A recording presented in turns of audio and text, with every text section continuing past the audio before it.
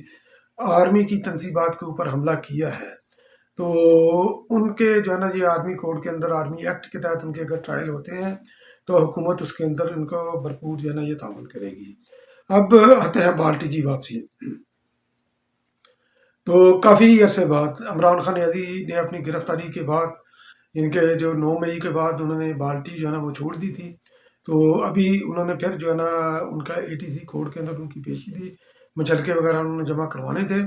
تو میرا خیال ہے 2-3 ان کی ضمانتیں تھی، اس کے اندر انہوں نے مچلکے جمع کرانے تھے، تو وہ جناب وہ ٹوپ پہن کر، وہ بالٹی پہن کر وہ ادھر گئے۔ بالٹی کی واپسی کیوں ہوئی؟ بالٹی کی واپسی اس لیے ہوئی کیونکہ اس وقت عمران خان نیازی کے خلاف اس وقت محاذ گرم ہے، انکوائری کے اوپر بھی ان کو بلایا جا رہا ہے، انکوائری پر بھی وہ حاضر نہیں ہے، جو GIT جو تھی 9 مئی کے واقعے کے حوالے سے۔ تو عمران خان نیازی ایک بار پھر جو ہے نا یہ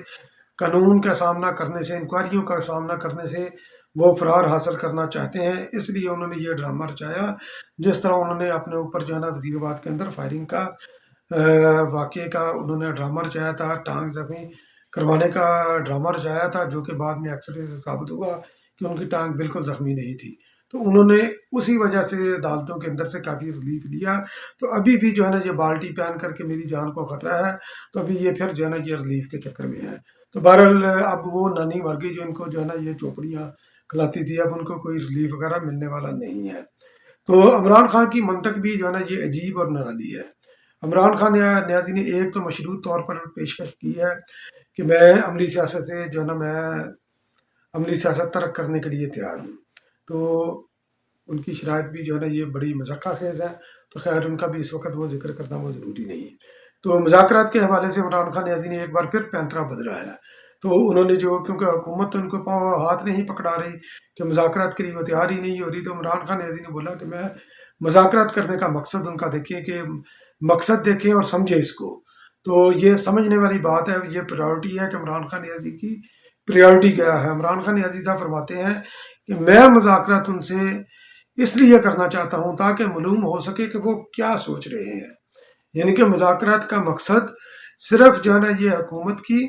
یا ہماری اسٹیبلشمنٹ کی، کیونکہ عمران خان نیازی بیسیکلی جناب آصم منیر صاحب کے ساتھ مذاکرات کرنا چاہتا ہے، تو وہ سوچنا، وہ ان کی سوچ کو جو ہے نا وہ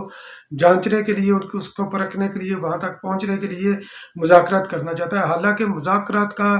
واحد مقصد جو ہوتا ہے، اگر آپ نے نیک نیتی کے ساتھ مذاکرات جو ہے نا کرنے ہوں تو ان کا واحد مقصد یہ ہوتا ہے کہ جس وقت جو ٹینشن ہے اس کو ڈیفیوز کیسے کیا جائے، کیسے گیو اینڈ ٹیک کر کے ایک فٹ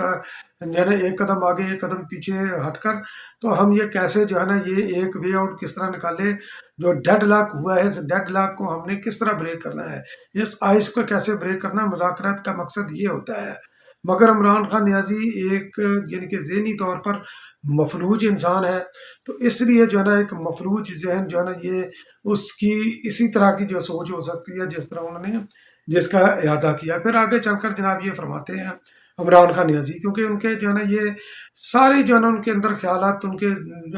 ذہن کے اندر جو پلتے ہیں اس کو جناب وہ کہہ دیتے ہیں غلط قسم کے شیطانی خیالات، وہ کہتے ہیں جناب یہ لوگ یعنی کہ ان کا اشارہ جنسی کی طرف ہے، بچیوں کو اور عورتوں کو اغوا کریں گے، اور ساتھ ساتھ انہوں نے جو ہے نا ان کے اوپر جنسی تشدد کا بھی الزام لگایا ہے۔ تو یہ ان کی اپنی اختراع ہے، کوئی ان کے پاس ثبوت نہیں۔ پھر ایک اور جگہ پر جناب عمران خان نیازی فرماتے ہیں اپنے ویڈیو بیان کے اندر ہی کہ مجھے پتا ہے کہ ججز کو خفیہ کال محسوس ہو رہی ہیں اور ان کو یہ دھمکایا جا رہا ہے کہ آپ کی فائلیں کھل جائیں گی، آپ کے بچوں کی بھی جو ویڈیو وغیرہ ان کے آڈیو ویڈیو وغیرہ جو ان کے پاس محفوظ ہیں تو وہ بھی جو ہے نا یہ پبلش کر دیں گی۔ تو بھائی آپ کو جو ہے نا یہ بی ٹی آئی تھی کہ آپ کو کیسے پتا چلا، آپ کا سورس کیا ہے کہ ججز کو یہ کالیں وغیرہ ہو رہی ہیں؟ جج تو اس وقت جو آپ نے ان کو آپ کی محبت کے اندر وہ جس دلدل کے اندر پھنسے ہوئے ہیں وہ تو اس دلدل سے نکلنے کے لیے وہ ہاتھ پاؤں مار رہے ہیں، اپنی بقا کی وہ جنگ لڑ رہے ہیں کہ ہم آپ کی محبت میں جو ان کے گرد جو قانون کا گھیرا جو تنگ ہو رہا ہے، جو انہوں نے انلیگیلٹیز کی ہیں، تو ان انلیگیلٹی کا تاکہ ان کو پکڑنا ہو وہ تو اس جستجو میں لگے ہوئے ہیں۔ تو انہوں نے ان کو کسی نے کیا کال کر دی ہے؟ اگر کسی نے کال کی ہے کہ کس کو کال آئی ہے تو آپ اس جج کا نام لیں، یہ فلانے جج کو کال آئی ہے۔ تو خیر القادر ٹرسٹ کے حوالے سے، تو القادر ٹرسٹ کے حوالے سے متعدد جو ہے نا یہ کابینہ کے عمران خان کی کابینہ کے لوگوں کو جیسے وہ ان کو سوال نامہ بھیجا گیا تھا کہ آپ جواب دیں کہ کابینہ کے اجلاس میں کیا ہوا۔ شیخ رشید صاحب جو ہے نا انہوں نے خط لکھ دیا کنی کو ترا کے، انہوں نے بولا کہ میری شہزاد اکبر کے ساتھ جو ہے نا چکلش تھی، میں تو اجلاس سے اٹھ کر چلا گیا۔ خیر تو ابھی جو ہے نا اسلام آباد ہائی کورٹ کے اندر عمران خان نیازی پتہ نہیں جاتا ہے کہ نہیں جاتا، بہرحال دیکھتے ہیں۔ تو آصف علی زرداری صاحب ان کی لاہور کے اندر جو ہے نا یہ وہ لنگر انداز ہو گئے ہیں، لاہور کے اندر انہوں نے ڈیرے لگا لیے ہیں۔ ان کے ڈیروں کا واقع مقصد جو ہے نا وہ یہ ہے کہ اس وقت جو یہ سیاست کے اندر جو توڑ پھوڑ ہو رہی ہے، کیونکہ الیکشن بھی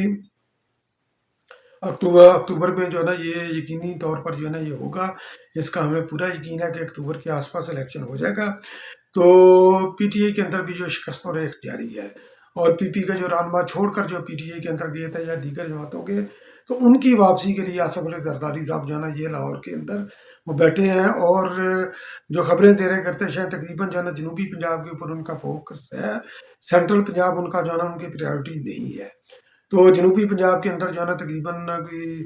1.5 درجن کے قریب جو ہے نا سابق ایم پی ایم این اے پیپلز پارٹی کو جوائن کر رہے ہیں۔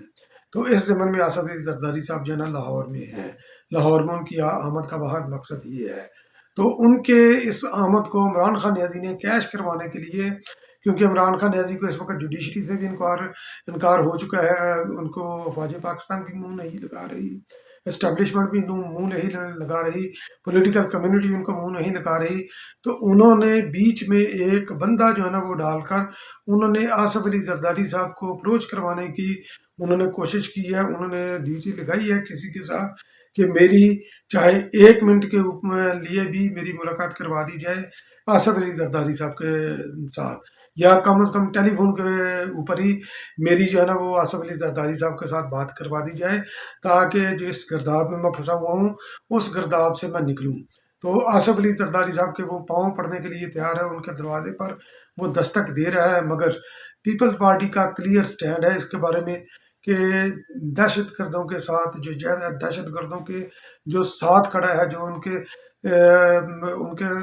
جو ہے نا فاصلہ نہیں رکھ رہا، تو ان کے خلاف جو ہے نا یہ مذاکرات ان کے خلاف نہیں ہوں گے، ان کے لیے کوئی معافی تلافی نہیں ہوگی۔ تو عمران خان نیازی جتنی مرضی یا آصف علی زرداری یا بلاول ہاؤس کے دروازے پر دستک دیں، بلاول ہاؤس کا دروازہ ان کے لیے نہیں کھلے گا۔ بہت بہت شکریہ میرا ویلاگ واچ کرنے کے لیے۔ انشاءاللہ پھر کسی اگلے ویلاگ میں آپ کی خدمت میں پھر حاضر ہوں گا، تب تک کے لیے اللہ نگہبان۔